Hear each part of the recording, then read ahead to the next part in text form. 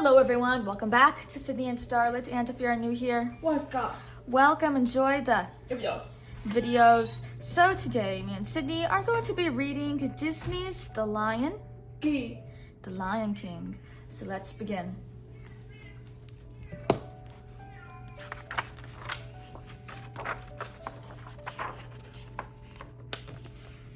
The sun came up over the African plain, hot and brilliant just as it had done since the beginning of time. Today, the first rays of the morning sun fell on an astonishing sight. Across the vast Pride Lands, animals moved in great herds, heading for a single destination. Elephants plodded steadily, antelope leaped through the grass, giraffe loped, cheetahs raced, ants marched in a single line, while huge flocks of flamingos winged across the sky. They were all journeying to Pride Rock to celebrate the birth of King Mufasa's son. Above the gathering, on the top of Pride Rock, Rafiki, the wise old mystic, approached King Mufasa and Queen Sarabi. He cracked open a gourd, dipped his finger in the liquid, and made a special mark on the infant's forehead. Then he carried the cub to the edge of the rock and held it high. A loud cheer rose from the plain. Elephants trumpeted, monkeys screeched, zebras, rhinos, and a host of other animals stamped their hooves. Then a hush fell over the gathering. Together, the animals of Mufasa's kingdom knelt before Simba, their new prince. Yet one family member did not attend the ceremony. Mufasa's brother, Scar, had spent the entire morning toying with a mouse. He was just about to eat it when Zazu, the king's major domo, appeared. Startled, Scar turned, and the mouse scampered away. "Now look, Zazu, you've made me lose my lunch," Scar complained. "You lose more than that when the king gets through with you." But Scar wasn't listening. He was still hungry, and Zazu was beginning to look pretty tasty. Scar pounced, but before he had time to eat Zazu, a voice commanded, "Drop him." Scar released the bird.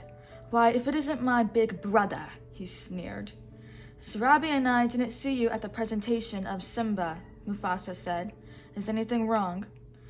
"That was today," Scar said. "Oh, I feel simply awful. It must have slipped my mind." "Well, as slippery as your mind is, you are the king's brother," Zazu reminded him. Zazu also reminded Scar that he should have been the first in line to congratulate his brother. "I was first in line until the little hairball was born," retorted Scar. "That hairball is my son," Mufasa reminded him, "and your future king." "I shall practice my courtesy," Scar said. Then he turned his back on them and walked away. The days passed, and Simba grew from an infant into a cub. One morning, before dawn, Mufasa led Simba to the top of Pride Rock. As the sun edged over the horizon, Mufasa said, "Simba, look, everything the light touches is our kingdom. A king's time as ruler rises and falls like the sun. One day, the sun will set on my time here, and will rise with you as the new king. And this will all be mine? Wow," said Simba, looking around. "But what about that shadowy place?" Mufasa turned to his son. "That is beyond our borders. You must never go there, Simba." As they wandered away from Pride Rock, Mufasa said, "Simba, everything you see exists together in a delicate balance. As king, you will need to understand that balance and respect all creatures, because we are all connected in a great circle of life." The young cub tried to listen, but a grasshopper caught his eye, and he chased after it. Just then, Zazu arrived with the morning report. "Sire," he addressed Mufasa, "hyenas have crossed into the Pride Lands." Quickly, the king ordered his major domo to take Simba home. "Aw, Dad, can I come?" Simba whined. "No, son," his father replied, and he took off after the dark shapes in the distance. After Zazu made sure that Simba was home safely, the excited cub found Scar sunning himself on a rock. "Hey, Uncle Scar," Simba cried. "My dad just showed me the whole kingdom, and I'm gonna rule it all." Scar scowled. Then slowly he began to smile. "So your father showed you the whole kingdom, did he? Did he show you what's beyond that rise at the border?" "No," said Simba. "He said I can't go there." "And he's absolutely right," Scar replied. "It's far too dangerous. Only the bravest lions go there. An elephant's graveyard is no place for a young prince." "An elephant what?" said Simba. "Wow!" "Oh dear, I've said too much," said Scar, grinning slyly. "Just do me one favor," he added. "Promise me that you'll never visit that dreadful place. And remember, it's our little secret." As Scar backed away, Simba stared at the distant spot on the horizon. He had no idea that Scar had cleverly set up a trap to get rid of himself of the future king forever. Simba knew that he would be disobeying his father if he went into the elephant graveyard. But hadn't Uncle Scar said that only the bravest lions dared to venture there? Wouldn't Dad be proud of such a brave cub? Thought Simba. Soon after, Simba went in search of his best friend Nala. He was happy to find Nala with her mother, Serafina, and Queen Sarabi. "Mom," he said to Sarabi, "I just heard about this great place. Can Nala and I go?" "Where is this place, Simba?" his mother asked. "Oh, near the waterhole," the cub fibbed. Uncle Scar had said it was a secret. "All right," said Sarabi, "as long as Zazu goes with you." "Not Zazu," thought Simba. "He'll spoil everything." As Zazu led the way, Simba whispered to Nala, "We've got to ditch him. We're not going to the waterhole. We're going to an elephant graveyard." When Zazu looked back and saw them whispering, he said, "Just look at you two. Your parents will be thrilled. One day, you two are going to be married. It's a tradition." "Marry her? Forget it," said Simba. "I can't marry her. She's my best friend. And besides, when I'm king, I'll do just as I please." Zazu shook his head. "With that attitude, you'll be a pretty pathetic king." Simba laughed at Zazu. "I can't wait to be king," the cub shouted, and he scampered away across the plains. Nala followed, and the two of them darted in and out of the herds and escaped from Zazu. "It worked! We lost Zazu," said Simba, laughing. "Now we can look for the elephant graveyard." In the spirit of victory, Simba playfully leaped for Nala. But she was too quick for him and flipped him onto his back. Together they tumbled down a hill until they landed with a thud. Next to them was a huge elephant skull. "This is it! We made it!" said Simba.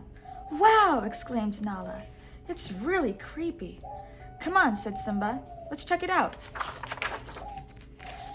Before they could climb into the skull, Zazu caught up with them. "We're way beyond the boundary of the Pride Lands," he said. "And right now, we all are in very real danger." "I laugh in the face of danger," said the brave lion cub. "Ha ha! Ha ha!" replied the elephant skull. Then out of the skull's cavernous eye holes popped 3 slobbering hyenas. Well, Banzai, what have we got here?" said one hyena. "I don't know, Shenzi," answered another. "What do you think, Ed?" Ed, the third hyena, just licked his lips and laughed. Baring their fangs in the wide grins, the hyenas crept toward the trespassers. They grabbed Zazu first. "Why don't you pick on somebody your own size?" Simba shouted. The hyenas dropped Zazu and raced after the cubs. When Shenzi threatened Nala, Simba swiped his claws across the hyena's nose. The hyenas raced after the cubs, who found themselves trapped inside the bones of an elephant's rib cage. Then the angry hyenas advanced towards Simba, their sharp teeth gleaming. A giant paw suddenly struck Shenzi, sending her and the other hyenas into a pile of bones. No match for the powerful Lion King. The beaten and bruised hyenas fled. "Don't you ever come near my son again," Mufasa roared after them. "Zazu," Mufasa commanded, "take Nala home. I have to teach my son a lesson." As Simba sheepishly approached his father, Mufasa said, "Simba, I am very disappointed in you." "I was just trying to be brave like you, Dad." Mufasa tried to smile. "I'm only brave when I have to be. Simba, being brave doesn't mean you go looking for trouble." Overhead, stars began to dot the evening sky. Simba looked at his father and said, "We'll always be together, right?" "Simba, let me tell you something my father told me. Look at the stars. The great kings of the past look down on us from those stars. They will always be there to guide you, and so will I." Later that evening, Scar searched out the hyenas. "Did you bring us anything to eat, Scar, old buddy?" Banzai asked. "You don't really deserve this," said Scar, tossing them a chunk of meat. "I practically gift-wrapped those cubs for you, and you couldn't even dispose of them." "What were we supposed to do? Kill Mufasa?" said Banzai. "Precisely," answered Scar. As the hyenas ate ravenously, Scar thought of another plan. This time, there would be no escape for Simba or his father. The next day, Scar approached Simba. "Your father has a surprise for you," he said. Scar led the cub down the steep walls of a gorge. "Will I like the surprise, Uncle Scar?" "Simba, it's to die for." "Now wait here and find out," Scar said, leaving Simba behind. Not far from where Simba waited, a herd of wildebeests grazed. Not far from the herd, 3 hyenas waited too. They were waiting for a signal from Scar. Shenzi saw him first. "There he is! Let's go!"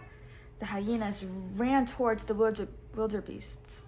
Sensing danger, the herd panicked and stampeded into the gorge, straight towards Simba. Nearby, Mufasa and Zazu noticed the dust rising from the gorge. "Mufasa!" Scar yelled, appearing from behind a rock. "Quick, stampede! Simba's down there!"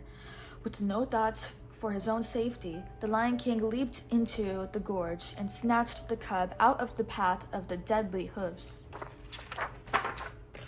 Mufasa jumped onto a rocky ledge and set Simba down.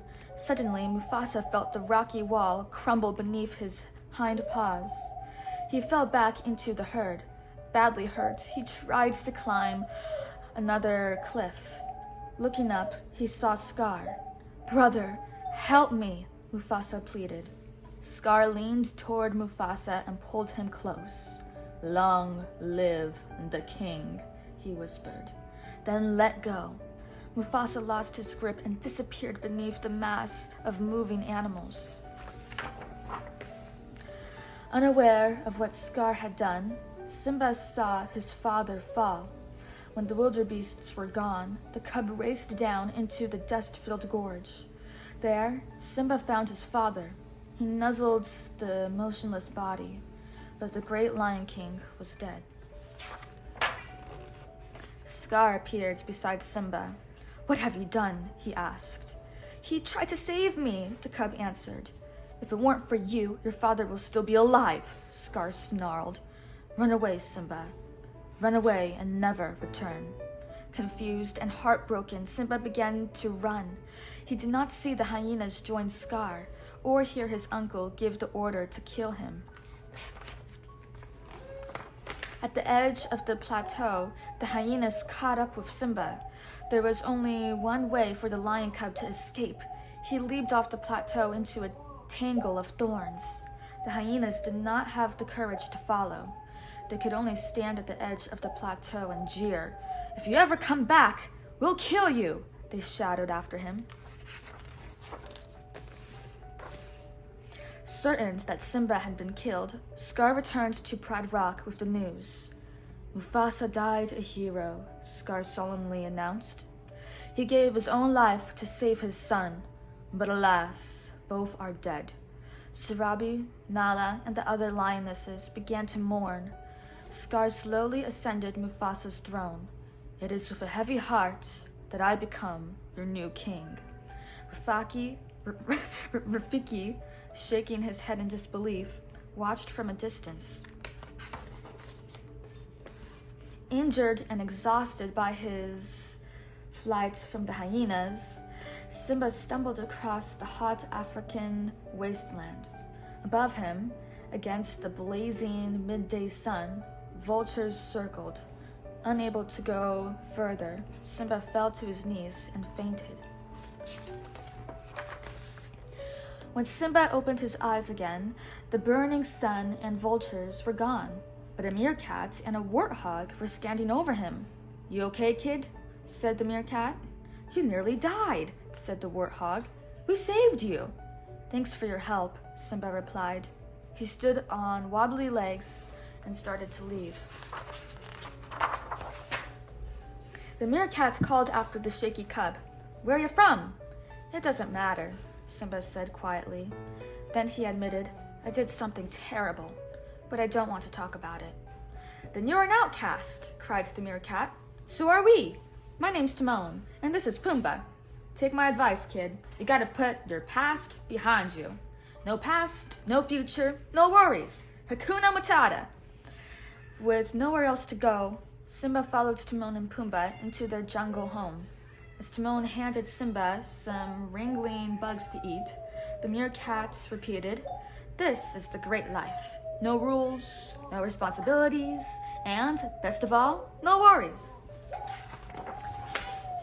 Time passed. In the carefree company of his new friends, Simba grew into a young lion. One night, while the three of them were gazing at the stars, Simba said, "Someone once told me that the great kings of the past are up there, watching over us." Pumbaa and Timon laughed. "Who'd told you a crazy thing like that?" said Timon. Simba, thinking of his father, was silent. The next day, as Simba was wandering through the jungle, he heard his friends shout for help. Simba hurried toward the sound. Pumbaa was caught beneath the trunk of a fallen tree, and Timon was trying to protect him from a hungry young lioness. As she leaped, Simba threw himself forward and knocked the lioness aside. For a moment, they tussled. Then the lioness pinned him to the ground and stared down at him. "Simba?" she said hesitantly. "Nala?" he repeated. As the lions hugged, Timon cried, "What's going on here?" Simba laughed and introduced Nala to his friends. He smiled politely, but she could not stop staring at Simba. Finally, she said, "Everyone thinks you're dead." "They do?" Simba said. "Yes. Scar told us about the stampede." "What else did he tell you?" Simba asked cautiously. "What else matters?" Nala exclaimed. "You're alive, and that means you're the king." "King?" cried Timon and Pumbaa in surprise. Excusing themselves, Simba and Nala strolled into the jungle. "Scar let the hyenas take over the Pride Lands," Nala said. "Everything's destroyed. There's no food, no water. Simba, if you don't do something soon, everyone will starve." "I can't go back," he insisted. Nala did not understand why Simba refused to accept responsibility and help the Pride. "What's happened to you?" she asked. "You're not the Simba I remember." "You're right, I'm not," he said. "Now are you satisfied?" Before he turned to leave, Simba added angrily, "Listen, you think you can just show up and tell me how to live my life? You don't even know what I've been through." Nala called after him, but Simba ignored her. That night, while the others slept, Simba sat on a rock and gazed up at the twinkling sky. "I don't care what anybody says," he said aloud. "I won't go back." What would it prove anyway? It won't change anything. You can't change the past. Then Simba heard a strange sound. Somewhere in the jungle, someone was chanting in a singing voice. As if from nowhere, the bent figure of an old baboon appeared. "Who are you?" Simba asked, slightly annoyed. "The question is, who are you?" said the baboon. Simba thought for a moment, then sighed. The old baboon said, "I know your father." "My father is dead," Simba replied. "Nope," said the baboon. "He's alive. I'll show him to you. Just follow old Rafiki. He knows the way." The old baboon led Simba to a clear, smooth pool. "Look down there," Rafiki advised. In the pool, Simba saw only his reflection. "Look harder," the baboon insisted. A breeze rippled the water. When the pool became still, Simba stared at the face of his father. "You see," Rafiki said, "he lives in you." Simba heard a voice call his name, and he looked up and saw the image of his father in the stars. "Look inside yourself, Simba," said his father's image. "You are more than what you have become. You must take your place in the circle of life. Remember who you are. You are my son and the one true king." Remember. The vision faded. Simba remained alone, thinking. The next morning, Nala, Timon, and Pumbaa looked all over for Simba. Finally, Rafiki caught up with them. "You won't find Simba here," the baboon said.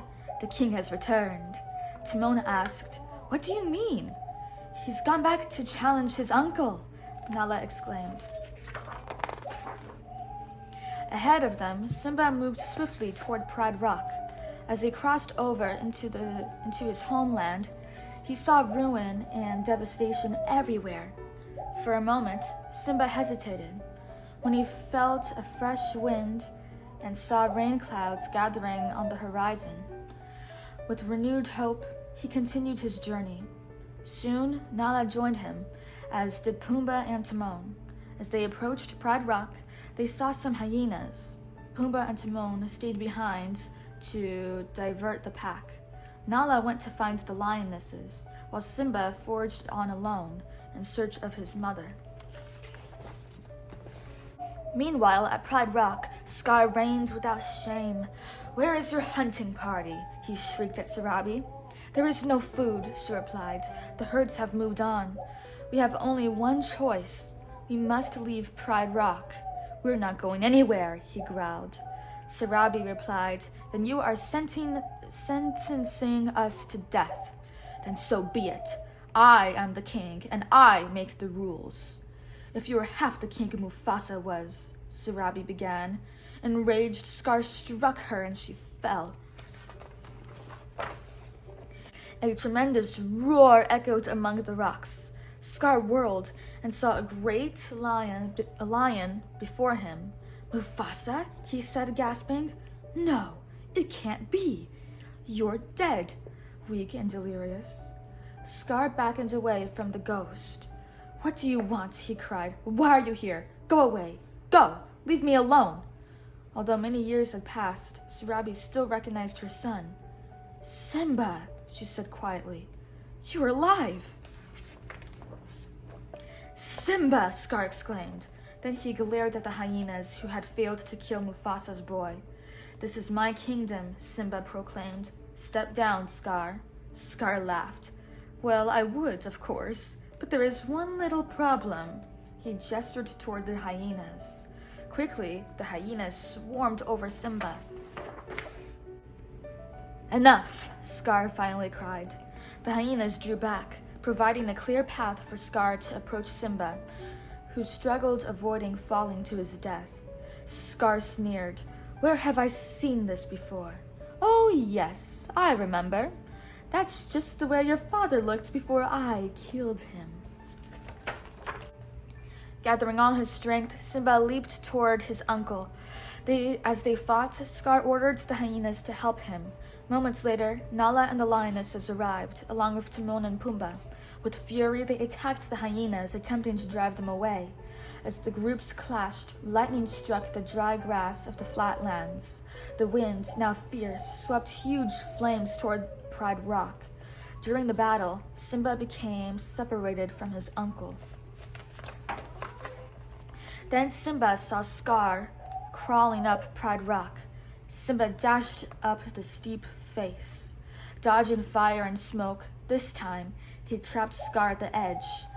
Simba, you don't understand, Scar insisted. I didn't kill your father. It was the hyenas. They are the enemy. Now that you're back, together, we can defeat them. Run away, Scar, Simba commanded, repeating the advice his uncle had once given him. Run away and never return.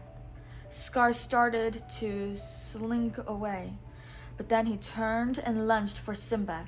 Acting swiftly, Simba hurled Scar off the cliff. The sound of hungry hyenas drifted up from the gorge, revealing Scar's awful fate. As rain began to fall, Simba climbed to the top of Pride Rock.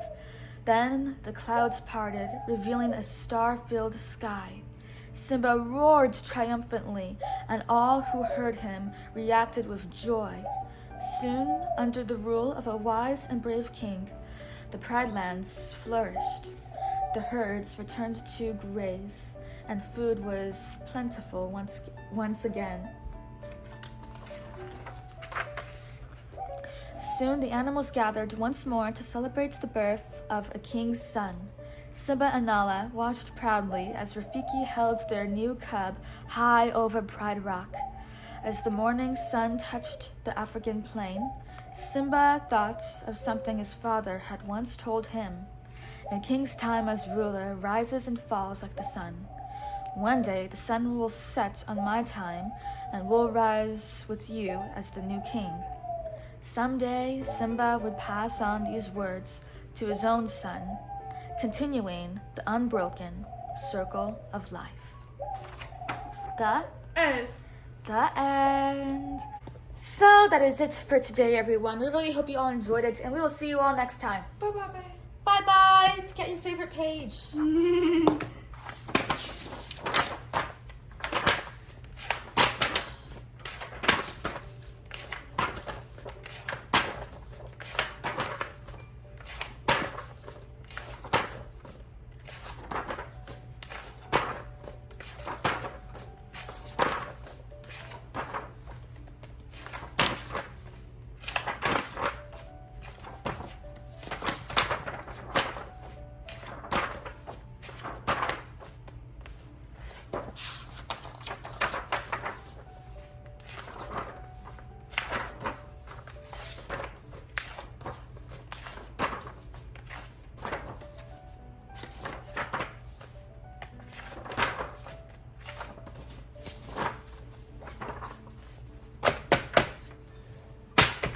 Who's your favorite character? Elsa. Simba. Good choice. Bye-bye.